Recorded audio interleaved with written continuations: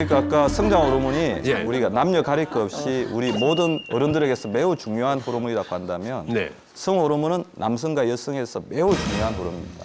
아까 성장 호르몬이 굉장히 이렇게 서서히 떠진다면 성 호르몬은 자기가 호르몬 관리를 어떻게 하느냐 따라서 차이가 굉장히 많이 나는데요. 그리고 우리가 주위를 보면 나이가 들수록 남자는 여자 같아지고 네, 맞아. 여자는 이제 남자 같아진다는 이야기를 많이 듣잖아요. 그래요. 예, 그런 이야기의 결정적인 역할을 하는 게 성호르몬입니다. 여성 호르몬. 아. 지금 이제 우리가 가장 주요하게 생각하고 있는 질환 중에 하나가 갱년기 질환인데, 우리 지금 이제 보통 이제 우리가 40대 말 50대 초에 이런 증상들이 많이 나타나고 있다고 생각이 드는데, 지금 호르몬 관리에 실패한 사람들이 굉장히 늘어나면서 40대에도 이런 사람들이 되게 많습니다. 그 갱년기 증상이 남성이 지나치게 여성화가 되고, 그러면서 무기력해지고 여성이 또 지나치게 남성화되면서 이제 그런 생기는 그것이 이제 성호르몬의 부족 때문에 생기는 증상입니다. 그게 다 그런 건 아닌 것 같아요. 나이를 먹어서 이제 남성화가 될 수 있다. 저 같은 사람도. 그런데 저는 그런 거 별로 개의치 않거든요. 항상 여성스럽고 여성의 그 미를 잃지 않으려고 엄청 애를 쓰고. 맞아요. 그러니까 사회생활을 하기 때문에 이런데 남자들은 보통 쪼잔해지더라고요. 잔소리 많아지고. 네, 눈물도 많아지고. 그래서 지금 어떻게 보면 40대에서 갱년기 증상이 얼마나 빨리 오느냐 늦게 오느냐를 가지고도 자기 생체 나이를 알 수가 있고, 그것을 좌우하는 것이 바로 호르몬이라는 것이죠. 여성 호르몬이 작용하고 있는 걸 뭐라고 그러죠? 폐경이라고 그러죠. 네. 그 여성들은 이제 폐경의 증상으로 나타나고, 남성들은 발기부전과 같은 성기능 저하로 나타나는데, 내부적으로는 혈관의 어떤 건강성이 굉장히 사라지면서 고지혈증이나 심근경색, 동맥경화 같은 질환들이 이렇게 증가를 하고, 그런 이제 노화 증상과 성 기능의 이제 저하가 이제 같이 나타난다는 거예요. 아, 예. 박상중 원장님. 성호르몬이 부족해지게 되면은 또 어떤 문제가 생기는 겁니까? 그러니까 이제 결국 이제 성호르몬이 이제 남자는 남성 호르몬, 네. 여자는 여성 호르몬인데요. 그러니까 이제 우리가 이제 나이가 어릴 때는 남자가 남성 호르몬이 충분히 나오고 여자는 여성 호르몬이 충분히 나오다가, 사실 이제 이게 나이가 들면서 폐경이 되고 시간이 지나면 이게 점점 남성 호르몬이 줄고 여성 호르몬이 줄면서 어떻게 보면 중성에 가깝게 이제 돼가는 거거든요. 그러면 이제 각각의 성 호르몬이 갖고 있던 여러 가지 건강상의 이득이 이제 사라지기 시작하는 거예요. 그래서 여성 같은 경우에는 이제 여성 호르몬이 줄어들게 되면 여성 호르몬이 줬던 이득 중에 대표적인 게 뼈를 튼튼하게 했던 거. 이제 그런 이득이 사라지니까 이제 골다공증이 생기는 거고, 혈관을 청소하는 능력을 갖고 있었는데 이게 이제 줄어드니까 관상동맥 질환, 심혈관 질환이 생기는 거고요. 그리고 이거에 의해서 결국 뇌의 혈관이 막히게 되면 뇌경색, 뇌졸중 이런 것들이 생기게 되거든요. 그러니까 이제 그런 어떤 건강상의 문제가 생기고, 남성의 경우에는 이제 남성 호르몬이 줄어들게 되면 남성이 55세가 지나게 되면 이 단기 기억 능력이 급속하게 떨어진다라고 돼 있어요. 왜냐하면 이 남성 호르몬이 결국 이 치매를 유발하는 물질들을 막아준다라고 알려져 있거든요. 이제 그 능력이 떨어지다 보니까 기억력이 떨어지고, 이게 우리가 이제 건망증이 심각하게 되면 그게 이제 결국 치매의 어떤 전 단계로 우리가 보통 보거든요. 그러니까 그러한 어떤 여러 가지 보호작용이 사라지면서 다양한 건강상의 여러 가지 문제가 생기고, 단순히 뭐 이제 배가 나오고 뭐 이런 외모적인 뿐만 아니라 이런 건강상의 여러 가지 문제가 생길 수 있는 그런 변화가 오게 됩니다. 예. 무섭네, 이거. 자, 서정훈 원장님. 중년 건강과 성호르몬. 이게 또 어떤 문제가 있을까요? 네, 박상중 원장님 말씀하셨던 것처럼 50세까지는 가임기 여성이라고 하잖아요. 그러니까 임신이 가능한 여성. 그러니까 네. 임신이 가능하려면 혈관도 아주 깨끗해야 되거든요. 그걸 누가 조절하냐면 여성 호르몬이 조절을 하니까.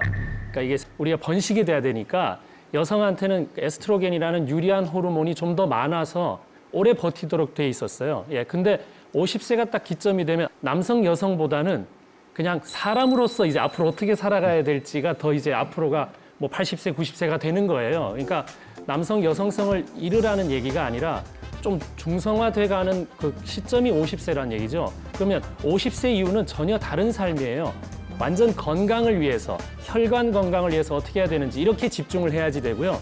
50세부터는 이제 내가 먹거리도 챙기고 또 운동도 해야 되고 이런 것들을 안 하면 그냥 챙겨줄 호르몬들은 이제는 많이 줄었다고 생각을 하셔야 됩니다. 그래서 이제부터는 혈관 건강에 대해서 신경 써야 될 때다. 중년은. 그렇게 이제 자꾸 만들어질 수 있다는 거 아닙니까? 그렇죠. 만드는 것도 중요하고 꺼내 쓰는 것도 중요한 거예요. 있는데도 안 꺼내는 사람도 문제고 만들 재료를 안 먹는 사람도 문제다. 딱 두 가지를 이해하시면 되겠습니다. 이게 여자가 아니라고 얘기를 하시는 것 같아요. 50 넘으면 그냥 뭐 사람으로서 건강하게 살라 뭐 이런 아 굉장히 절망적인데. 그런 쪽으로 가기 쉽기 때문에 더 여성성을 가지기 위해서 좋은 것도 많이 보고 또 우리 강아지도 키우고 손주도 보고 이런 것들이 자연스럽게 있어야 된다는 거죠. 어쨌든 간에 뭐 줄어드는 거는 숙명이잖아요. 그죠? 정도 차이는 네. 있으나 네.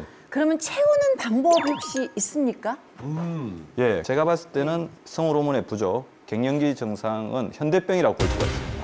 그래요? 현대병이라는 건 뭐냐면 자기가 자기 몸을 지킬 필요가 없어지면서 사람들이 점점 어떻게 되죠? 비대해지고 약해지잖아요. 그래서 가장 주장하고 싶은 거 하나는 비만하신 분들은 적정 체중으로 체중을 유지하셔야지 갱년기 증상, 성호르몬의 낭비를 막을 수가 있습니다. 왜냐하면 이게 비만하게 되면 남자들은 체지방에서 우리 남성 호르몬을 여성 호르몬으로 바꾸는 효소들이 많이 분비되어서 여성화가 빨리 진행이 됩니다. 반대로 이제 여자분들이 이제 체지방 비만이 있으면 남자 호르몬이 안드로겐이 가다 분비되어서 뭐 다모증이라든지 피부가 검해진다든지 하는 남성화가 진행이 되는 거거든요. 일단 우리 성호르몬을 채우는 가장 첫걸음은 정상 체중을 유지하는 것, 허리 둘레를 줄이는 것입니다. 그 갱년기 증상이 어떻게 조절하느냐에 따라서 자기가 1살 더 빨리 먹을 수도 있고 10살 더 어려질 수도 있고 10살 더 빨리 먹을 수도 있다는 것입니다. 그래서 다시 말하면 이 갱년기 증상을 잘 관리하면 생체 나이를 거꾸로 돌릴 수도 있지만 생체 나이를 또 젊게 만들면 갱년기 증상을 최대한 늦추거나 슬기롭게 넘어갈 수가 있는 것입니다. 그럼 선생님, 갱년기 하시는데 저는 제가 이 나이 되도록 갱년기를 못 느꼈거든요. 예. 그러나 이미 갱년기는 지나갔어요. 이 지난 사람은 어떻게 또 다시 과거로 돌아갈 수 있을까요? 아니 갱년기를 몰랐어요? 네. 그런 분들이 별로 안 화끈화끈 계신데 이런 게 전혀 없었어요. 건강하신 거죠? 예, 그러면? 호르몬 관리를 굉장히 잘하신 것입니다. 아유, 호르몬 잘하긴. 관리를 굉장히 잘하신 거고요. 예. 그러니까 일을 즐기면서 즐겁게 사셨다는 겁니다. 그러니까 얼굴에 벌써 나타나지 않습니까? 아, 네. 그러니까 갱년기를 잘 넘긴 게 나타나고요. 그래서 우리 몸의 노화는 갱년기 이후로 급속하게 이렇게 빠르게 진행이 되지만 갱년기가 지난 사람들도 호르몬 관리를 어떻게 하느냐에 따라서 노화가 빨리 올 수도 있고 적게 올 수 있습니다. 그래서 여러분 아시다시피 뼈를 튼튼하게 하는데 가장 좋은 게 뭐라고 알고 있습니까? 칼슘. 칼슘하고 햇빛을 맞이했을 때 발생하는 비타민 D죠. 근데 1년의 연구 결과에서 보면 칼슘과 비타민 D를 충분히 째는 것 못지않게 더 중요한 게 바로 포옹하는 것입니다. 포옹을 하게 되면 뼈가 흡수가 되는 것을 최대한 막아주고 뼈가 튼튼해질 뿐만 아니라 심혈관 수치가 좋아지고 혈압이 떨어지고 면역력이 올라가면서 스트레스 호르몬이 코티졸이 줄어들고 그다음에 감기에 덜 걸리고 이제 그런 수많은 이제 인지력이 좋아지고 그런 수많은 연구 결과들이 있는데 이것이 바로 포옹을 했을 때 분비되는 호르몬의 강력한 힘 때문입니다. 예, 박선유 원장님부터. 예, 정말 근거 있는 주장입니까? 이게 이제 최근 그 미국 캘리포니아 대학 연구진의 결과에 따르면 예. 이 포옹을 많이 하고 자주 하면 뼈가 튼튼해지고 그다음에 체중도 감소하고 그리고 이걸 또 오랫동안 하다 보면 전체적인 신체 나이도 좀 감소할 수 있다. 이제 이런 연구 결과를 발표했는데요. 정말 자다가 봉창 두드리는 소리 같잖아요. 근데 이게 사실은 어떤 호르몬과 관련된 근거가 있습니다. 바로 이 포옹하면서 우리 몸에서 분비되는 이 옥시토신이라는 호르몬이 있거든요. 네. 그러니까 이 호르몬의 작용에 의해서 여러 가지 건강상의 이득을 얻는다. 이런 연구 결과가 있었습니다. 근데 그게 감정이 있어야지. 그냥 끼양끼양만 하면 돼요, 그게? 그래서 이제 우리는 참 이제 나이가 먹은 부부지만 굉장히 이게 스킨십을 자주 한다는 게 밖에 나갈 때나 집에 있을 때나 항상 손을 만져요. 손 이게 의도적으로 만지는 것보다 자연적으로 만지게 되거든요. 그래서 갱년기가 그냥 스르 지나가셨다. 네. 근데 포옹이 어디까지가 포옹인지 이렇게 껴안는 거, 손잡는 거, 볼 쓰다듬는 거, 뭐 팔을 만지는 거 이런 것도 포옹에 해당이 되는 건가요? 시범을 볼 수도 없고 참 그 어려운 문제네요. 스킨십을 통틀어서 얘기하는 걸 포옹이라고 지금 말씀하시는 제가 건가요? 아까 말씀드린 이제 포옹은 제스처 이제 형태도 중요하지만 마음가짐이 중요한 것 같아요. 그래서 손을 만지고 포옹을 하더라도 이 사람을 미워하는 마음을 가지고 있으면 표현이 옥시토신이 없는 분비가 적게 됩니다. 그러게요. 네. 그래서 옥시토신은 그런 어떤 사랑의 호르몬입니다. 상대방에 대한 친밀한 유대감, 옆에 있는 사람이 사랑스러울 때 자연스럽게 분비가 되는 거고 근데 사랑스러우면 표현을 하게 되잖아요. 그죠? 그 표현 자체를 하게 되면 그것이 또 피드백 작용해서 더 호르몬이 더 분비시키는. 그래서 지금 옥시토신하고 비슷한 작용하는 게 도파민이라는 게 있는데요. 우리가 통증을 잊게 하는 건데 도파민이 가장 많이 분비될 때가 언제인지 아시죠? 다른 사람한테 대해서 선행을 할 때입니다. 그걸 우리가 테레사 효과라고 하는데 테레사 수녀가 선행하는 이제 장면을 동영상으로 본 사람들의 면역력이 올라가고 도파민이 올라가면 통증 감각이 되게 떨어지는. 그래서 이제 선행을 한다든지 우리가 칭찬은 이제 고대도 춤추게 한다고 그러죠. 네. 근데 그거는 상대방이 기분이 좋으라는 게 아니고 칭찬을 많이 하면 어떻게 되는 거죠? 내가 기분이 좋아지죠. 건강해지는 겁니다. 그래서 이제 이 옥시토신은 이제 우리 친밀함, 정서적 유대감을 나타내는 건데 버클리 대학의 연구진에서 놀라운 이제 결과를 하나 이제 발표를 했는데요. 예. 뼈와 근육 조직이 매우 감소되어서 이제 잘 걷지도 못하는 그 생쥐에게 옥시토신을 9일 동안 주사했더니 9일 후에 아주 놀라운 결과가 나타났습니다. 생쥐의 근육량이 젊은 쥐의 생쥐의 80% 수준까지 회복이 되었고 골밀도가 매우 높아져가지고 고유당혹증이 개선되는 효과가 있습니다. 이런 동물 실험의 결과를 봤을 때 이런 동일한 결과가 사람한테도 적용이 될 거라고 생각이 됩니다. 자, 서지걸 원장님, 호르몬의 힘이 그 정도로 막강한 겁니까? 네, 남성들은 옛날에 이제 전쟁했기 때문에 테스토스테론이라는 남성 호르몬이 우세하고요. 여성들은 이제 옥시토신이라는 게 배려하는 마음을 가지게 하는 호르몬이거든요. 그래서 아까 말씀하셨던 이제 마지막에 아기를 낳을 때는 자궁이 수축해야지만 아이가 출산이 되니까 그때 나오는 게 옥시토신이라는 호르몬인데요. 실제 여성들은 이 배려하고 이렇게 감싸주고 하는 것들을 느꼈을 때 이 호르몬들이 많이 나오게 돼 있어요. 따라서 이제 이 호르몬들이 나오지 않는 여성과 그걸 늘 나오게 하는 여성은 엄청 차이가 나죠. 그러니까 쉽게 얘기해서 호르몬은 어떤 주머니에 담겨 있는데 누구는 꺼내 쓰고 누구는 꺼내 쓰지 않는 거예요. 그러니까 여기 다 있다고 생각하시면 안 되고 혈류로 나와야 돼요. 혈류를 타고 가서 그게 활동을 시키느냐 아니면 주머니에다 꽁꽁 싸매고 그냥 갖고만 있느냐의 차이기 때문에 나오게 하려면 어떻게 해야 되느냐 한 가지하고 그 호르몬 만드는 재료를 뭘로 먹어야 되느냐 이 두 가지를 고민을 하시면 사실은 되고요. 그래서 따라서 내가 꺼내 쓸 수 있는 방법을 오늘 말씀드리는 게 가장 중요한 방법이라고 생각합니다. 그 진정코 하일성 씨 같은 경우에도 부인도 그걸 갖고는 있네요. 그럼요. 예. 꺼내 쓰세요. 꺼내 쓰게 좀 하세요. 근데 우리는 그걸 꺼내려고 다 보면 싸움나. 아니요, 갑니다. 예, 여러분 새해에는 지금보다 더 젊어질 수 있습니다. 예, 10년 젊어질 수 있는 거꾸로 건강법. 우리 몸속 호르몬을 관리하면은 회춘이 가능합니다. 맞습니까? 예, 맞습니다. 예, 맞습니다. 이번에는 아껴야 할 호르몬에 대해서 알아보겠습니다. 박민수 원장님, 뭘 아껴야 합니까? 이 아껴야 될 호르몬은 과도하게 분비되는 걸 줄여야 될 호르몬입니다. 바로 아껴야 하는 호르몬. 인슐린.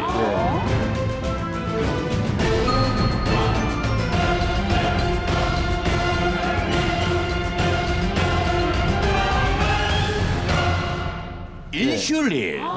아니 인슐린이 호르몬이에요? 예. 몰랐는데. 인슐린 하면은 그 우리가 흔히 당뇨. 그렇죠. 예. 당뇨 아닙니까? 그 인슐린이 이게 회춘과도 연관이 있다는 겁니까? 예. 그 인슐린은 당뇨와도 밀접한 관계가 있지만 우리 온몸의 대사를 조절하는 호르몬입니다. 근데 인슐린 자체가 부족해지면 우리 몸의 세포들이 빨리 자연사하게 됩니다. 왜냐하면 이제 우리 인슐린은 우리 몸에 있는 세포들이 자기 안에 있는 당들을 꺼내서 지방으로 가고 단백질로 가고 이런 어떤 세포의 대사를 조절하는 호르몬이거든요. 그 인슐린이 부족하고 인슐린 기능을 못하는 사람들은 빨리 이제 세포들이 자연사하게 되니까 머리에서 발끝까지 노화가 되게 되고요. 빨리 노화가 되게 되고요. 그럼 인슐린 자체가 과다하게 분비되거나 인슐린 자체가 기능을 못하면 우리 몸에서 인슐린이 혈중이 많이 돌아다니죠. 그러면 이제 우리 몸에 있는 혈당들이 체지방으로 축적이 되고 우리 동맥에 쌓이면 혈관이 빨리 노화가 되면서 조기 노화라든지 건강 수명의 단축 등의 문제를 일으킵니다. 그래서 우리가 보통 하는 게 인슐린이 부족하다 하면 이코를 당뇨로만 생각했어요. 근데 네. 이게 우리 온몸을 갖다 당뇨가 걸리면 빨리 늙게 되잖아요. 피부도 처지고. 근데 이게 신동진 원장님, 네. 이게 저 요즘에 당뇨로 책까지 내셨는데 어떻게 생각하세요? 아, 예. 참 안타까운 일들이 많이 있는데요. 제가 안타까워하는 건 인슐린이 호르몬인지 모르시는 분들 좀 안타깝고요. 또 인슐린이 그냥 혈당 낮추는 걸로만 알고 계시는 분들 안타깝습니다. 네. 인슐린이라는 호르몬은 노화를 방지하기 위해서는 꼭 필요한 호르몬이거든요. 노화 현상에서 어쩔 수 없이 나타나는 증상 하나는 근육량의 저하예요. 근데 이 근육량을 유지하기 위해선 이 인슐린이 반드시 필요합니다. 혈당이 매우 높으신 분들 같은 경우에 팔다리 살이 쭉 빠지면서 생명에 지장이 있으신 분들까지 있어요. 그런 경우는 팔다리에 있는 근육이 다 녹아서 소변으로 빠져나가는 겁니다. 그게 바로 당뇨죠. 따라서 이러한 현상이 인슐린 때문에 만들어지는 것이기 때문에 인슐린이라는 호르몬은 과용을 해서는 절대 안 되고 반드시 아껴 쓰셔야만 하는 호르몬입니다. 근데 신동진 원장님 어떤 자료를 보니까요. 평생 동안 우리가 쓸 수 있는 인슐린의 양이 정해져 있다고 얘기를 들었거든요. 근데 쓸 수 있는 양을 미리 다 써버리면 문제가 된다. 이렇게 이해를 하면 되겠습니까? 예, 맞습니다.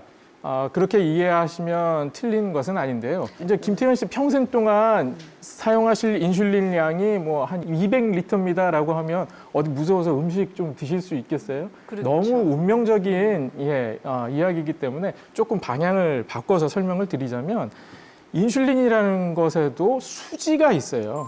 보통 수지 타산이라고 하죠. 수입과 지출이 있는 겁니다. 네. 췌장이라는 장기에서 인슐린이 분비가 되는데 췌장이 그냥 은행 통장이라고 생각하시면 돼요.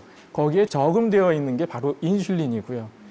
근데 제일 중요한 게 자기가 갖고 있는 자금 중에 종잣돈이라고 하잖아요. 예. 농부들도 종자로 사용할 씨는 굶어 죽는 한이 있어도 사용을 안 합니다. 예. 먹지 않잖아요. 아하. 근데 인슐린이 그 종자까지 남김없이 다 써버린다고 하면 그 파산 상태가 오기 때문에 결코 회복이 안 돼요. 이건 건강을 잃는 것뿐만 아니라 회추는 꿈에도 못 꾸는 일이 된다는 거죠. 그렇기 때문에 인슐린을 아껴 쓰시는 게 가장 중요합니다. 너무 많이, 너무 빨리 쓰시면 절대 안 됩니다. 예. 박상중 원장님. 그러니까 지금 이제 김태현 씨 얘기했지만 우리가 평생 동안 나오는 인슐린의 양이 정해져 있다. 사실 이게 어느 정도 맞는 말이거든요. 근데 이제 인슐린이 하는 역할이 피 속에서 돌아다니는 이 포도당을 근육이나 간에다 이렇게 넣어주는 거예요. 그러면 근육에 이제 이렇게 문이 있으면 인슐린은 열쇠의 역할을 하는 거거든요. 그러니까 열쇠가 가서 문을 열어주면 이제 포도당이 들어가는 거고 열쇠가 없어서 문이 안 열리면 못 들어가는 거거든요. 예. 그러면 방법은 열쇠를 많이 꺼내서 문을 여는 방법이 하나가 있고요. 다른 방법은 뭐가 있냐면 문의 개수를 늘리는 거예요. 이 열쇠에 맞는 문의 개수를 늘리면 열쇠 하나 갖고도 여러 개의 문을 열 수가 있잖아요. 예. 그렇기 때문에 우리가 생활 습관을 교정해라, 뭐 운동을 해라, 살을 빼라라는 얘기가 결국 뭐냐면 문의 개수를 늘리라는 얘기예요. 늘리는 거. 예, 그렇다라고 하면 똑같이 정해져 있는 열쇠를 갖고 있지만 어떤 사람은 열쇠 하나를 더 아끼면서 쓸 수 있는 사람이 있고 어떤 사람은 이거 가지고 계속 열쇠만 이제 반복해서 써야 되는 사람이 있거든요. 이제 그런 차이에 의해서 어떤 사람은 당뇨가 생기기도 하고 당뇨가 안 생기기도 하는 거거든요. 그래서 생활 습관이 중요한 겁니다. 우리가 타고난 운명을 바꿀 수 있는 게 바로 이런 생활 습관이라는 거죠. 예. 근데 박상중 원장님 얘기를 들으니까 처음에는 저도 인슐린이라는 게 많은 분들도 뭐 그렇게 생각하시겠지만 당뇨 걸리신 분들을 치료하는 치료약 정도로만 생각을 했었거든요. 그 호르몬이라고 생각 안 하고. 근데 박상중 원장님 얘기를 들으니까 인슐린이 하는 일이 무엇이고 이런 게 인슐린이구나라는 걸 굉장히 쉽게 설명. 요즘 뭐 어디 스피치 학원 다녀요? 많이 좋아졌는데? 서재건 원장님한테 과외 받습니다. 한 가지를 놓쳐서는 안 되는 게 있어서 말씀드리고 싶은 게 있는데 인슐린 그러면은 하여튼 우리가 당분 많이 먹으면 많이 쓰겠다 이 생각은 쉽게 생각이 들잖아요. 네. 그런데 스트레스를 많이 받으면 혈당을 올려야 돼요, 우리 몸에. 그러면 혈당을 내리는 호르몬 유일한 게 인슐린이에요. 그러니까 스트레스를 받아도 인슐린을 많이 쓰게 되기 때문에 우리가 먹는 것만 생각하면 안 된다는 거. 그걸 꼭 기억을 하시는 게 좋겠어요. 야, 스트레스만 받아도 일단 쓰게 되네요. 그렇죠. 예. 네. 자, 그렇다면 인슐린을 빨리 써버리게 되는 원인은 뭐가 있다고 생각하십니까? 하이승 쌤한테 질문 하나 있는데 나중에 가장 걸리기 싫은 질환이 뭐죠? 그러니까 이 질환은 제일 안 걸렸으면 좋겠다. 첫째가 치매, 예. 두 번째가 뇌졸중. 예. 제일 바라는 거는 회춘. 성기능이 빨리 회복되는 거. 그래서 이제 이게 이제 의사들한테 질문했더니 1위가 이제 암이나 2위가 이제 치매일 줄 알았는데 놀랍게도 이제 당뇨였습니다. 왜냐하면 그 우리 지금 OECD 국가 중에서 우리나라가 당뇨병이 제일 빠르게 늘어나고 있습니다. OECD 국가 1위고요. 지금 국민 10명당 1명이 당뇨인데 조만간 10명 중에서 2명, 3명까지 당뇨가 될 거라고 하는데 이것이 가장 큰 원인이 뭐냐면 우리나라 사람들의 식사 습관에 달려 있습니다. 식습관. 예. 그 식습관 중에 가장 대표적인 게 가식, 폭식. 그래서 인슐린이 문제가 되는 가장 그 대표적인 거를 보면 가식이나 폭식하면 우리 몸에 체지방이 늘어나잖아요. 근데 우리 체지방이 늘어나면 우리 인슐린이 그 체지방에 가서 기능을 상실합니다. 기능이 떨어지니까 인슐린이 더 많이 분비되고 인슐린이 많이 분비되면 남아도는 인슐린은 또 혈당을 체지방으로 축적시켰어. 다시 체지방이 늘어나고 다시 인슐린 기능이 떨어지고 이런 악순환을 거쳐가지고 우리나라가 지금 세계 제1의 당뇨 대국으로 가고 있는 겁니다. 말씀 들어보니까 결국은 또 살이네요. 그죠? 네, 그러니까 그러네요. 적게 먹고 살 빼야 된다. 그래야 인슐린도 아끼고 또 회춘할 수 있다. 이런 말씀인 것 같은데 박상주 원장님께 좀 여쭤볼게요. 이게 과학적으로 어떻게 증명이 된 그런 사실인지 궁금하시는데요. 사실 뭐 비만과 수명에 관한 연구는 정말 너무너무 많죠. 관련 연구가 너무너무 많은데요. 최근에 좀 흥미로운 연구가 하나 있었습니다. 영국에서 진행된 연구였는데 이제 실험용 쥐를 대상으로 해서요. 한쪽 그룹은 이제 원래 먹던 양보다 한 40% 정도 섭취량을 줄였고 나머지 한쪽 그룹은 그대로 먹게 했더니 이 수명, 이 노화의 속도에서 상당히 큰 차이를 보였다라는 거예요. 그러면서 이제 우리가 그 연구진이 생각했던 게 어떤 유전자, 그 유전자 이름이 이제 시르트윈이라는 유전자인데요. 보통 알려지기로는 이제 회춘 유전자, 장수 유전자라고 알려진 이 유전자입니다. 그런데 이 먹는 양을 줄이면 이 장수 유전자가 활성화되면서 노화를 막는다라는 거죠. 그래서 이 연구진에 따르면 먹는 양을 한 40% 줄이면 수명을 한 20% 정도 늘릴 수 있다라고 얘기를 했는데요. 20% 정도면 사람으로 따지면 한 20년이거든요. 그러니까 사실 이 뭐 소식과 장수 대표적인 게 이제 일본이잖아요. 일본의 한 장수촌에서는 그 장수를 하는 여러 가지 요인을 봤더니 가장 중요했던 게 소식이었다. 그러면서 이제 저희가 생각하는 게 어떤 유전자, 장수를 하게 하는 유전자가 활성화되면서 장수를 하게 되는 것이다. 이런 연구 결과들이 실제로 무수히 많이 존재를 하고 있습니다. 예. 나이를 거꾸로 먹기 위해서 아껴야 할 호르몬. 다음은 또 뭘까요? 네. 나이를 먹기 위해서 분비되는 것을 줄여야 되는 호르몬 스트레스 호르몬입니다.